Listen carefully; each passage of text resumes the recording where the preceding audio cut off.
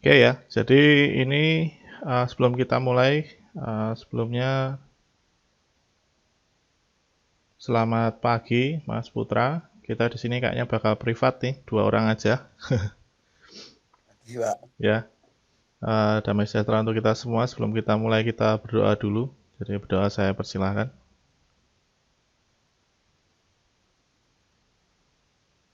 Ya, cukup.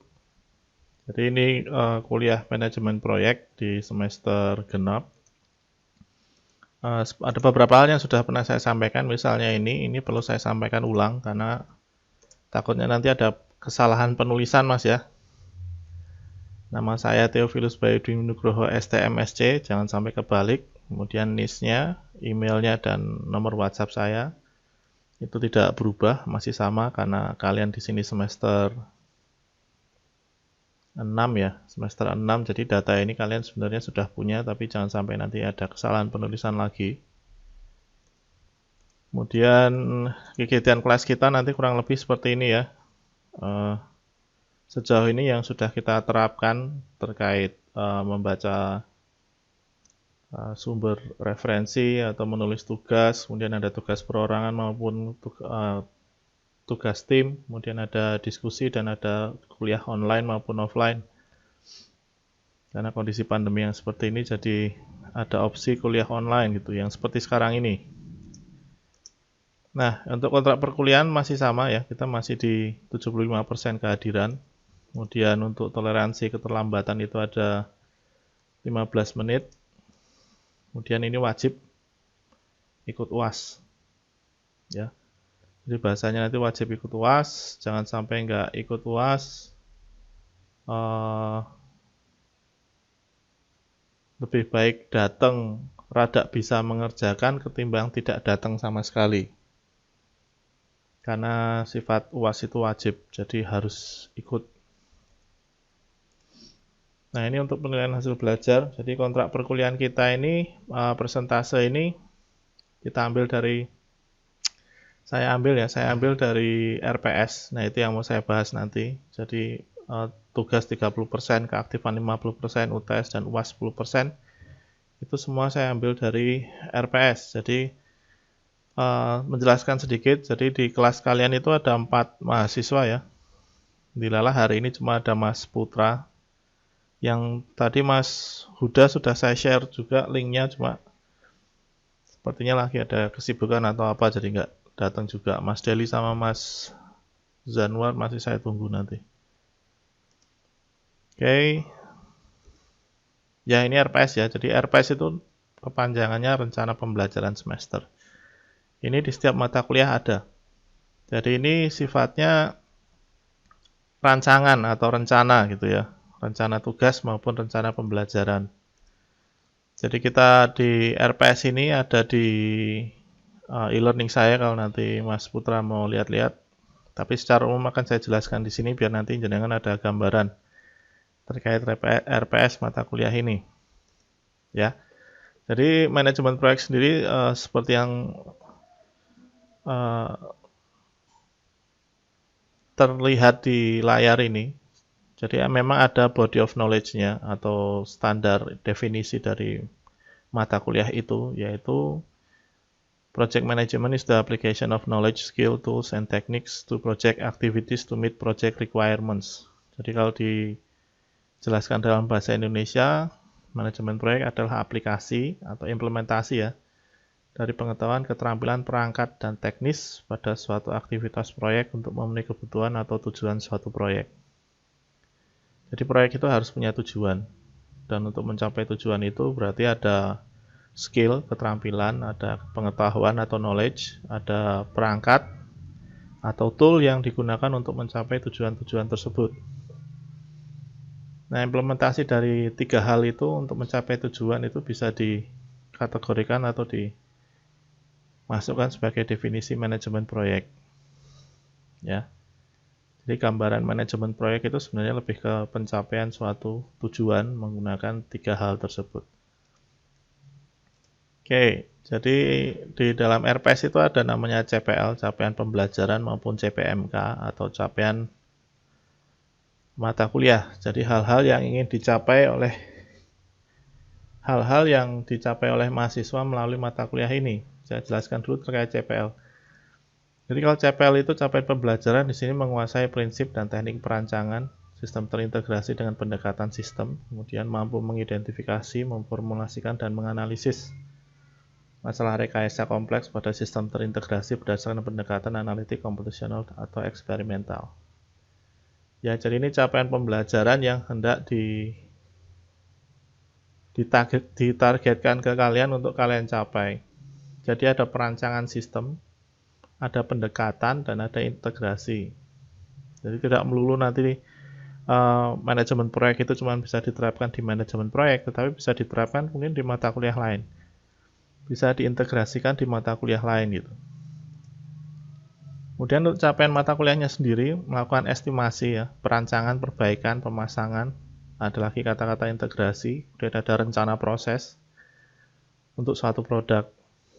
Jadi kalau manajemen proyek secara umum memang hubungannya dengan perencanaan dan bisa diintegrasikan dengan sistem lain mungkin terkait perbaikan, perancangan maupun pemasangan. Ini yang diharapkan bisa kalian capai lewat mata kuliah ini. Ya. Kemudian materi pembelajaran kita ada manajemen organisasi, manajemen proyek, metodologi manajemen proyek, knowledge area manajemen proyek, dan Gantt dan Trello ya. Ada berapa itu? 7 materi yang disampaikan di mata kuliah ini. Ini ada di RPS juga. Ya, nah ini. Jadi sudah ada bahan kajian materi pembelajarannya sama pustakanya. Kalau jenengan perhatikan di situ itu di setiap pertemuan itu kurang lebih ada bobotnya, kemudian nanti ada bentuk pembelajaran maupun metode pembelajarannya, kemudian ada kriteria penilaian, ada indikatornya, kemudian ada sub CPMPA atau kemampuan akhir yang diharapkan. Ini lebih lengkapnya nanti bisa dibaca sendiri di ini ya, di e-learning saya. Tetapi intinya nilai-nilai yang muncul di bobot penilaian itu yang menjadi dasar nanti di penilaian kalian yang di kontrak kuliah yang tadi saya tunjukkan. Yang 50%, 30%, sekian persen, dan sekian persen. Oke. Nah, sistem pembelajaran kita sedikit banyak sudah berjalan yang online ya. Seperti ini via Zoom, kemudian ada offline, ada beberapa kali pertemuan kita memang sempat offline, kemudian ada pembelajaran berbasis web, yaitu ketika kalian menggunakan e-learning, dan ada pembelajaran mandiri di mana kalian mencari materi ataupun diberi materi oleh dosen atau oleh saya untuk mempelajari sesuatu tema. Nah, discovery learning. Kalau discovery learning ini metode pembelajaran yang digunakan untuk mata kuliah ini secara umum. Secara umum itu berarti tidak semuanya menggunakan ini.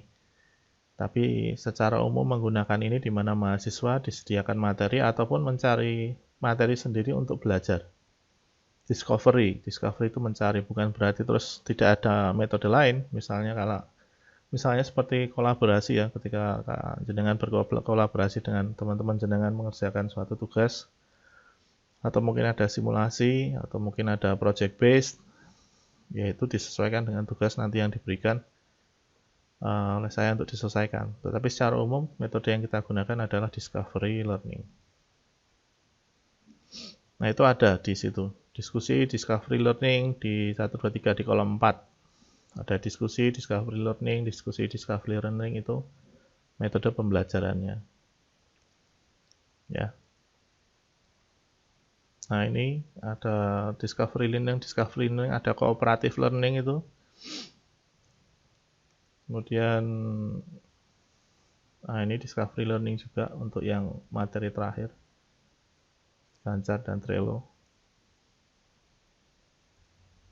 Nah, untuk kriteria penilaian ini yang kita pakai ya. Jadi ketika kalian mendapat A itu berarti skor. Jadi semua tugas yang kalian kumpulkan itu akan saya nilai. Kemudian nilainya itu bisa dalam bentuk huruf, bisa dalam bentuk angka, tetapi yang manapun itu ujung-ujungnya nanti akan keluar huruf. Dan huruf itu ada konversi nilainya seperti yang terlihat di sebelah ini. Ya. Jadi kalau lebih dari 91 itu A, 86 sampai 90 A minus, dan seterusnya sampai E. Ini untuk kriteria penilaiannya.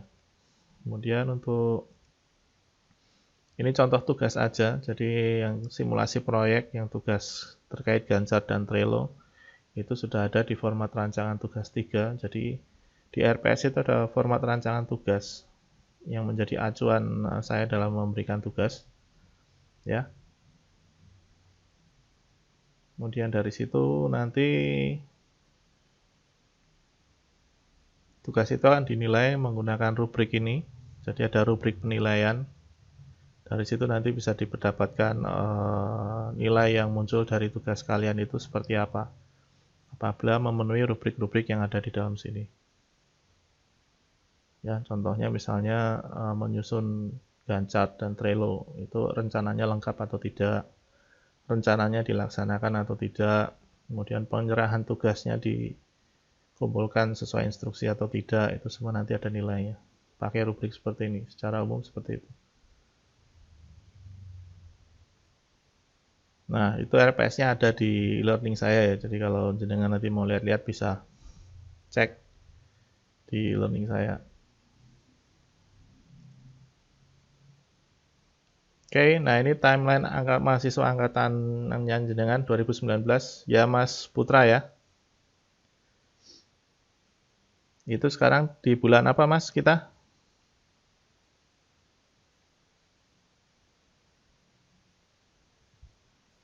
Juni, Pak. Di bulan Juni 2022 ya. Iya, Pak. Berarti sekarang tinggal menuju 1 tahun terakhir kan ya? Iya, Pak. Itu tuh yang merah-merah di bawah itu. Kayaknya ini dulu pernah saya tampilkan ketika kalian masih di angkatan 2009, masih di tahun 2019 pertama kali masuk. Ya, jadi pertama kali masuk 2019 itu masih di atas sana itu. Tetapi sekarang kalian menuju yang bawah sendiri. Memang nggak kerasa, cepet banget. Tiba-tiba udah seperti ini. Jadi silahkan nanti dimaksimalkan sedikit banyak. Kemarin udah ada beberapa hal yang udah saya sampaikan terkait jadwal dan segala macamnya kan ya. Yang harusnya bisa mulai kalian susun nanti untuk mempersiapkan diri di semester terakhir kalian. Oke, itu tadi penjelasan terkait RPS-nya. Terus sekarang kita masuk ke materi yang kemarin saya minta untuk dipelajari ya, minggu lalu ya. Iya, Pak. Minggu lalu itu saya minta untuk buka e-learning saya di bagian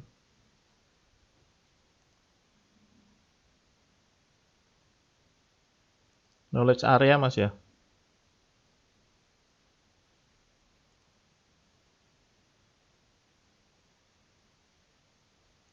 Oh, sebentar. Nah, ini. Oke.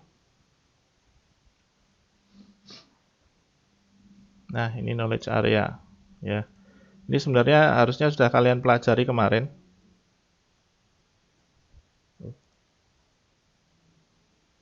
Oke.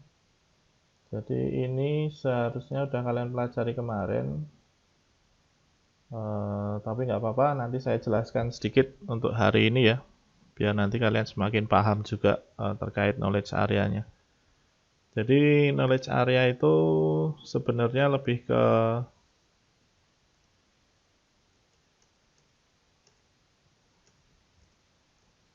lingkup pengetahuan. Jadi knowledge area itu lingkup pengetahuan. Atau sering disebut elemen manajemen proyek. Jadi manajemen proyek itu ada elemen-elemennya yang perlu diketahui ketika kalian berkecimpung di dalam suatu proyek. Contohnya seperti proyek yang kemarin saya minta terkait proposal KP ya. Itu ada elemen-elemen yang harus kalian perhatikan. Mungkin tidak semuanya itu kemarin kalian implementasikan di proyek kalian, tetapi sebagian besar kurang lebih sudah memenuhi elemen-elemen manajemen proyek ini. Jadi ada terkait cakupan bahasan atau bidang pengetahuan yang terdapat di dalam manajemen proyek. Ya. Jadi di sini itu ada 9 macam sebenarnya. Ada 9 macam elemen di suatu knowledge area manajemen proyek. Yang pertama scope atau ruang lingkup. Jadi kalau kemarin itu proposal KP, berarti skopnya itu berarti proposal KP, bukan proposal skripsi tapi proposal KP gitu ya. Kemudian ada manajemen waktu itu berarti Gantt chart yang sudah kalian susun kemarin itu. Kemudian ada cost management terkait biaya, karena kemarin sifatnya lebih ke non-cost ya. Artinya project itu tidak membutuhkan biaya atau mungkin menggunakan tapi tidak banyak, jadi tidak terlalu kerasa terkait cost manajemennya. Kalau human resource-nya juga karena dikerjakan sendiri juga mungkin tidak terlalu terasa, harus mengatur orang lain. Risk management ini hubungannya mungkin lebih ke arah penyelesaian tugas dan nilai yang muncul nanti ketika kalian berhasil menyelesaikan tugas-tugas tersebut. Oke, ada communication management. Communication management itu hubungannya dengan komunikasi kalian dengan saya, mungkin hubungannya lewat WhatsApp atau lewat pengumpulan tugas yang sudah kalian lakukan, atau mungkin kalian sudah mulai berkomunikasi menggunakan Trello. Ya, setidaknya mulai ada gambaran Trello itu apa ya. Tapi dari situ nanti saya cek lagi. Jadi ada kemungkinan nanti saya akan minta join di Trello setiap kalian untuk melihat Trello kalian isinya seperti apa. Kemudian ada quality management, hubungannya dengan kualitas atau produk hasil dari tugas kalian. Ada procurement itu hubungannya dengan pembelanjaan. Jadi kalau tadi ada cost itu lebih ke biaya, kalau procurement itu lebih ke pembelanjaan. Kemudian ada integrasi. Oke, saya jelaskan satu-satu biar nanti bisa lebih memahami masing-masing scope ya, masing-masing knowledge-nya, masing-masing elemen. Jadi ini communication, quality, procurement, integration. Oke, scope. Nah, scope itu seperti yang saya sampaikan di awal tuh ruang lingkup ya. Jadi ruang lingkup itu berarti project itu temanya apa.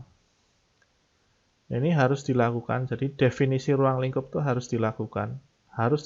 Jadi ketika ada project itu scope-nya atau ruang lingkupnya itu harus didefinisikan dulu. Agar nanti ketika produk yang dihasilkan itu sesuai dengan waktu yang ditetapkan maupun spesifikasi yang diminta. Kalau saya minta proposal KP di minggu ketiga, berarti yang harus jadi itu ya proposal KP dan di deliver atau diselesaikan di minggu ketiga. Jadi ruang lingkupnya ditentukan dulu di awal. Nanti ke belakangnya jelas. Jadi sebenarnya yang mau dihasilkan dari tugas ini apa sih, gitu kan? Itu harus jelas dulu. Jadi scope-nya harus jelas. Nah, ini deliverable yang dimaksud bisa produk, jasa, prosedur, sistem, ataupun keluaran bentuk lain. Kalau di tugas kalian itu berarti proposal ya, proposal.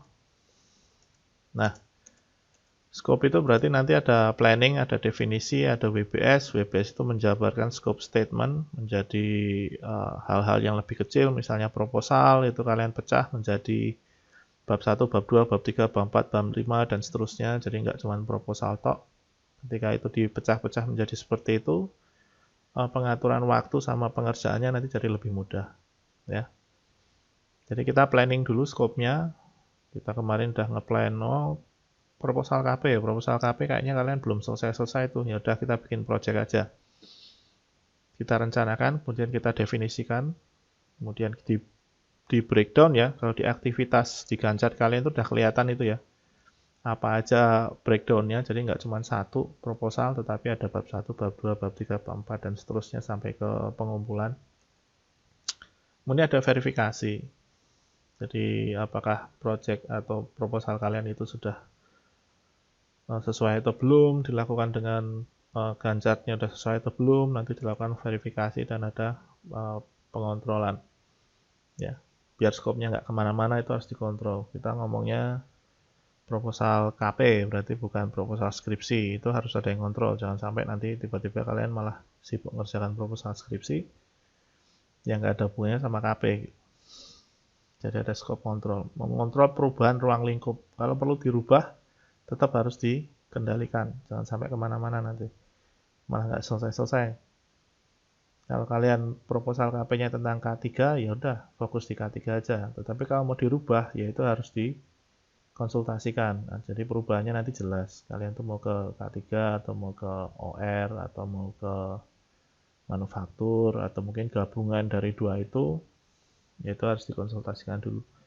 Biar nanti terkendali dan bisa jadi proposalnya. Jangan dipikir sendiri. Nanti kalau dipikir sendiri salah, malah nggak jadi proposal gitu kan.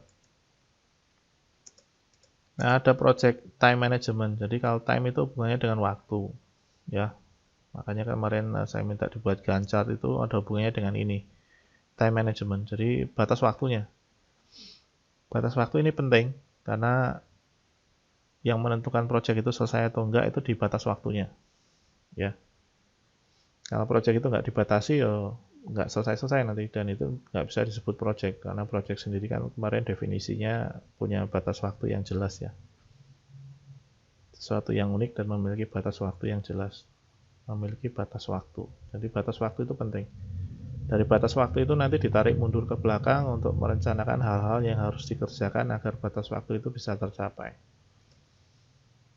Jadi time management itu krusial di dalam manajemen proyek.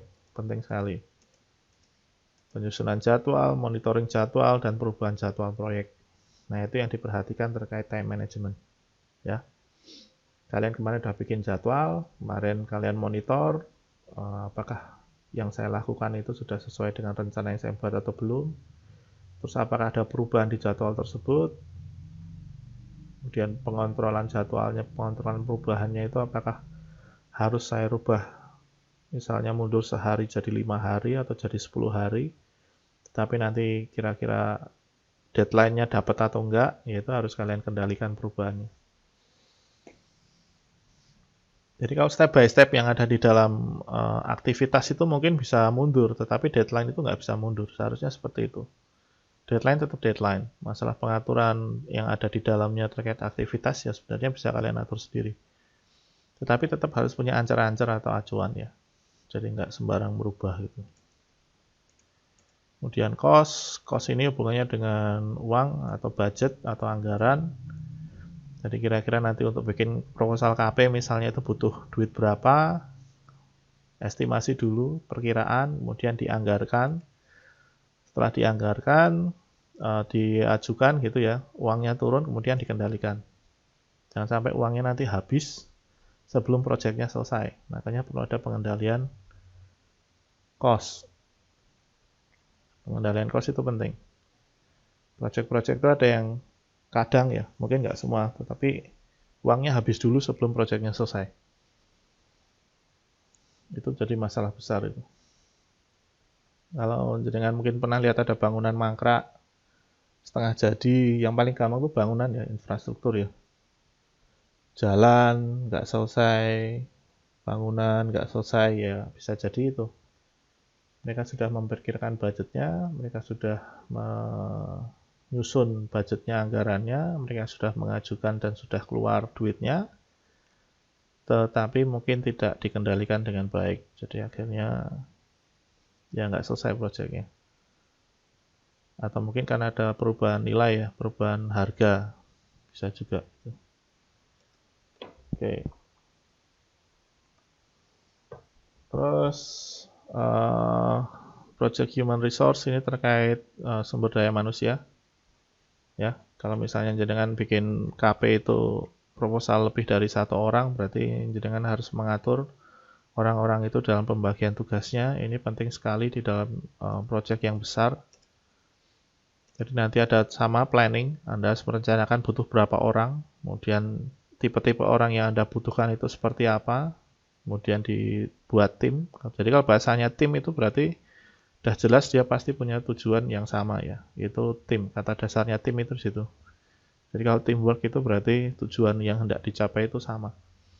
Makanya bahasanya tim, project team. Nah, kemudian mengelola tim tersebut sampai project itu selesai. Risk management ini juga penting sekali karena di risk management ini ada hubungannya dengan resiko yang kemungkinan terjadi saat kalian melakukan project tersebut.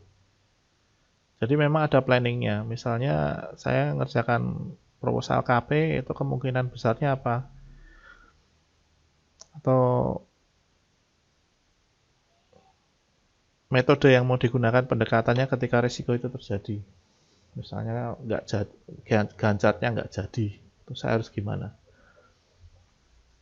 Apakah ada cara yang bisa digunakan untuk menyelesaikan ketika gancatnya nggak jadi? Jadi ada identifikasi resiko-resiko yang mungkin timbul ketika kalian mengerjakan project.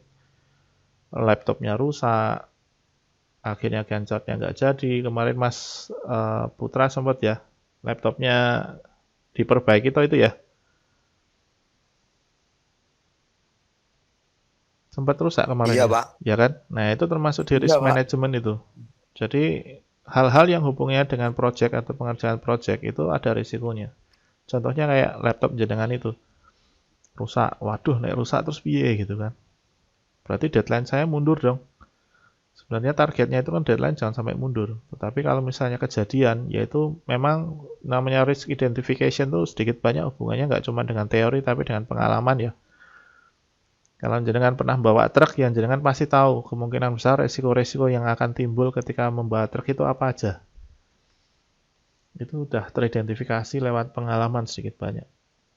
Kemudian untuk menganalisanya apakah menggunakan kualitatif atau kuantitatif, kemudian dari hasil analisa itu mau direspon seperti apa. Nah, kemudian direncanakan kalau misalnya laptop saya rusak, berarti nanti saya harus gimana? Kalau nanti listriknya mati, saya harus gimana? Kalau pulsa saya habis, saya harus gimana? Itu nanti ada risk response planning. Berdasarkan risiko-risiko yang kemungkinan terjadi tadi. Kemudian dimonitoring dan dikontrol. Ya. Wah, ini Mas Deli baru masuk nih. Mana tadi Mas Deli? Oke ya. Kemudian selamat siang Mas Deli. Oh, sambil jalan tuh, kelihatan mukanya tuh. Ya. Bisa ya kuliah sambil jalan gitu ya? Yo, nggak apa-apa lah. Aku ada Zoom bentar ini. Nanti tak cariin Zoom. Oke, Project Communication Management, jadi hubungannya dengan komunikasi, ada perencanaan, ada distribusi informasi. Distribusi informasi itu sama seperti ketika saya meminta Mas Putra jadi perwakilan kelas ya. Jadi ketika Mas Putra jadi perwakilan kelas itu sebenarnya praktek dari ini, distribusi informasi. Jadi informasi itu tidak perlu disebar ke semua orang. Takutnya nanti ada yang kelewat, tapi disebutkan ke satu PIC aja, yang nanti akan mengkoordinasi yang lainnya. Ya. Jadi nanti biar lebih mudah informasi itu dan lebih terpantau siapa aja yang dapat informasinya, siapa aja yang belum. Kemudian ada performance reporting dan manage stakeholders. Stakeholders itu lebih ke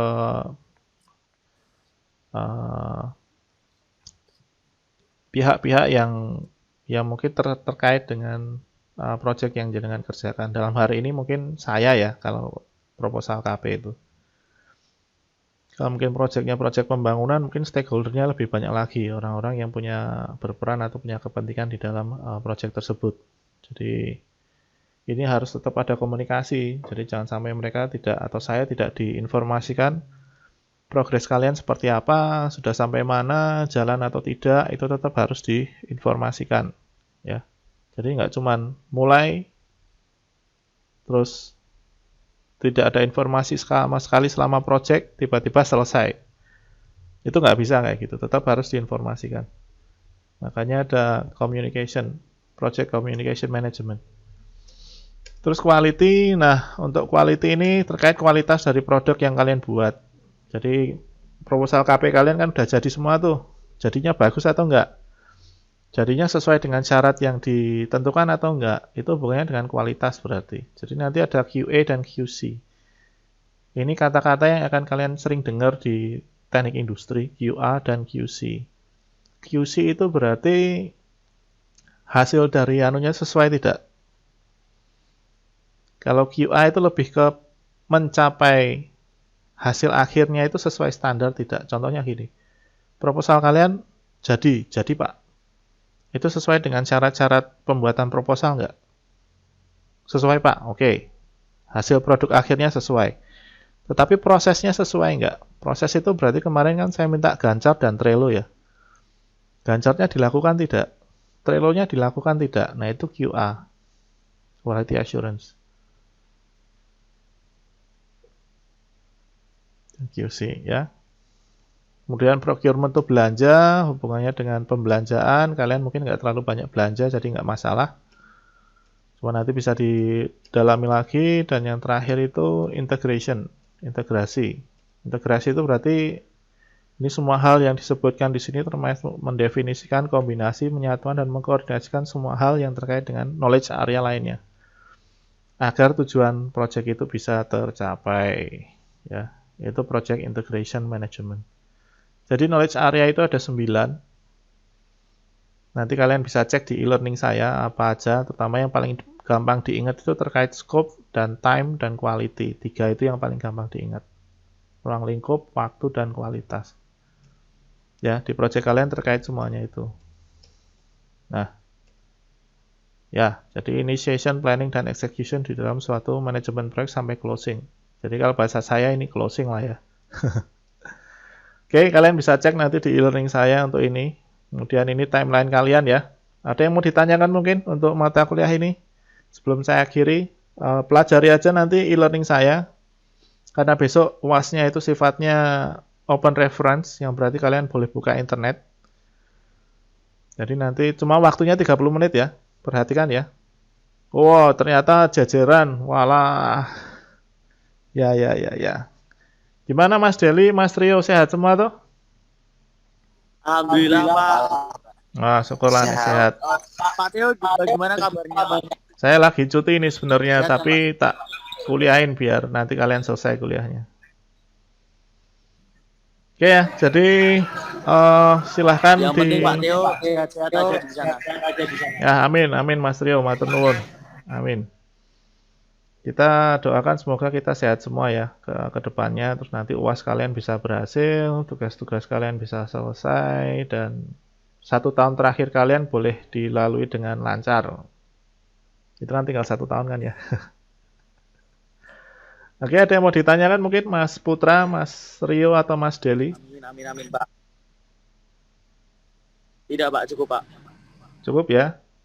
Jadi ya, Pak. Silahkan dilanjutkan aktivitasnya.